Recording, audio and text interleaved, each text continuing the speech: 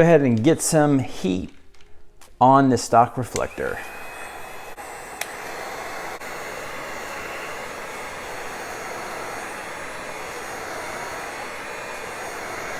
Then the fender, 2 10mm bolts, so that way we can put our hand right behind the reflector and go ahead and pull that out.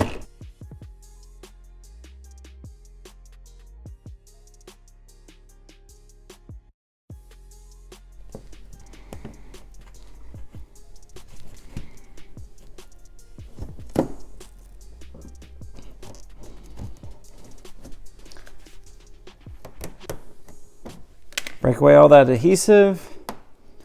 Continue to push and pull. And you pull out your stock reflector. So when you have it out and you have it cleaned, prepped, I just use some rubbing alcohol on a rag, so that way I can just get the mating surface all clean, good to go. Then you're gonna go ahead and pull out your painted reflector from I&D. What you have to do is just peel straight down.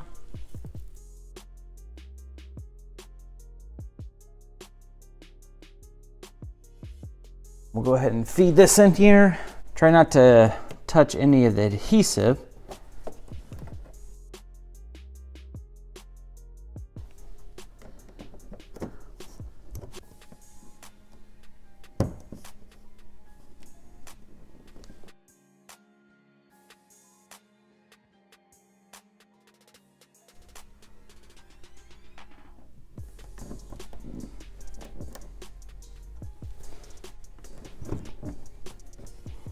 Have that all done.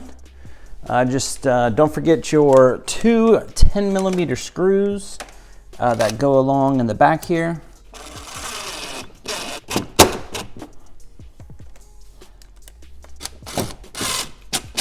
I want to repeat the same process on the other side. So the wheel's turned inward, so that way I can have ample room to get behind it.